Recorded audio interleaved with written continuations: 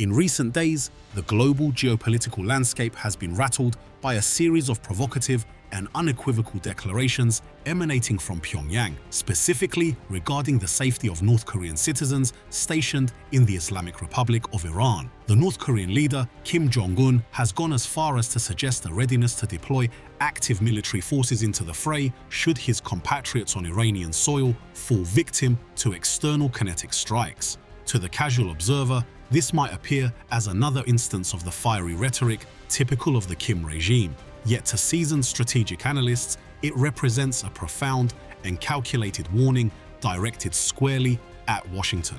It is a definitive red line, a strategic maneuver designed to signal that any escalation against Tehran involving North Korean personnel would not merely be a regional skirmish, but would instead trigger a multi-theater crisis involving a nuclear-armed state. However, beneath the surface of this high-stakes posturing, a more fundamental and intriguing question has begun to circulate within the corridors of global intelligence. Who exactly are these North Korean citizens currently residing in Iran, and what is the nature of their presence that would compel Pyongyang to so publicly and dramatically tether its own military destiny to their physical survival?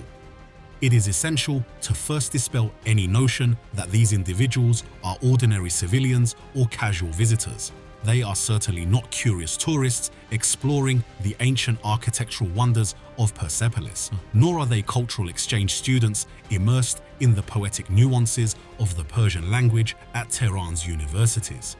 Instead, the North Korean presence in Iran is a living manifestation of a clandestine, high-stakes military partnership that has flourished for over 4 decades in the darkest shadows of the international global order. Strategically advanced arsenal. The historical roots of this brotherhood are buried deep in the trenches of the 1980s, specifically during the existential struggle of the Iran-Iraq War. At that time, the young Islamic Republic found itself in a desperate position, largely cut off from the traditional arms markets of both the Western Bloc and the Soviet Union. As Tehran's domestic resources were pushed to the absolute brink, Pyongyang emerged not just as an unexpected partner, but as a vital lifeline in the black market of global weaponry. It was during these formative years that North Korea began supplying Tehran with its first shipments of Scud ballistic missiles, a transaction that was far more than a simple one-off sale. It was, in fact, the opening chapter of a multi-decade saga of technological synergy.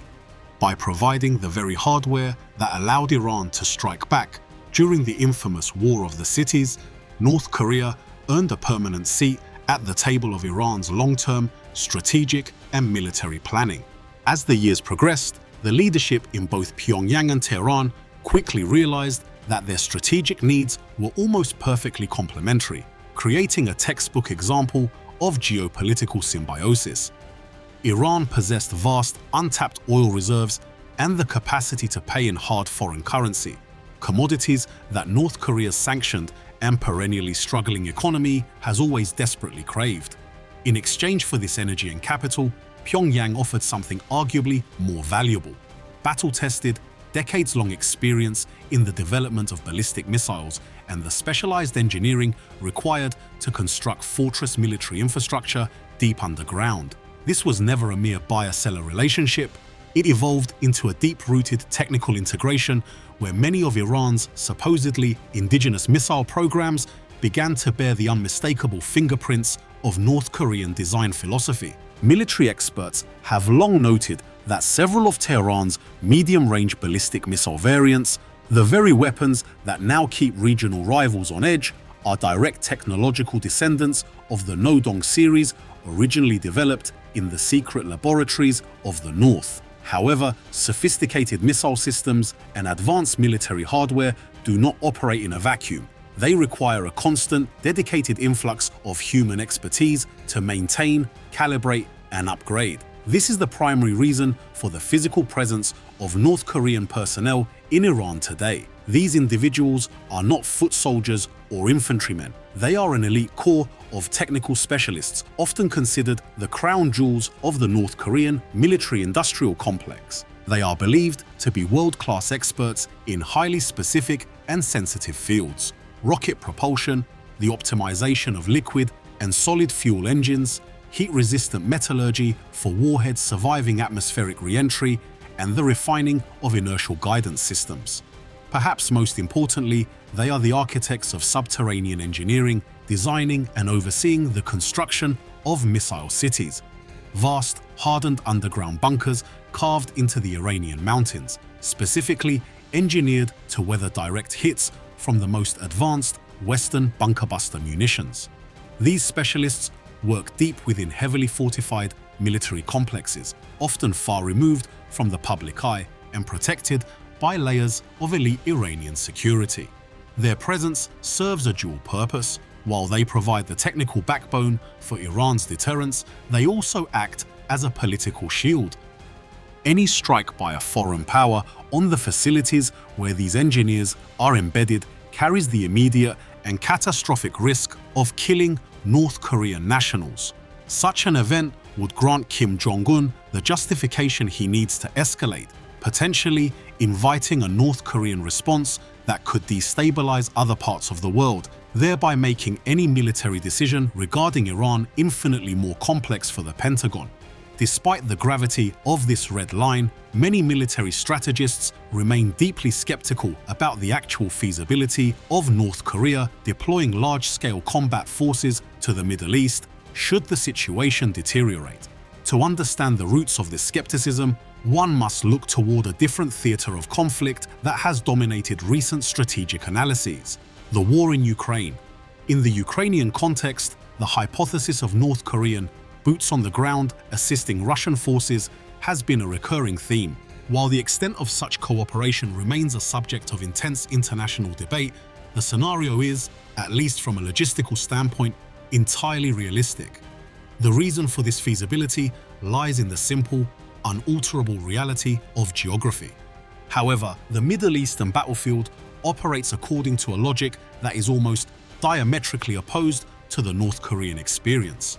Over the past several decades, the Islamic Republic of Iran has avoided the trap of trying to match Western powers in conventional, symmetrical warfare. Instead, Tehran has mastered the art of asymmetric conflict, a strategy designed to bleed an opponent through 1,000 small cuts rather than a single decisive blow. Rather than focusing on massive divisions of regular infantry, Iran has built a sophisticated and decentralized network of proxy forces and allied armed groups that operate with high degrees of autonomy across the region. These forces, ranging from Hezbollah in Lebanon to various paramilitary groups in Iraq and Yemen, move with extreme fluidity.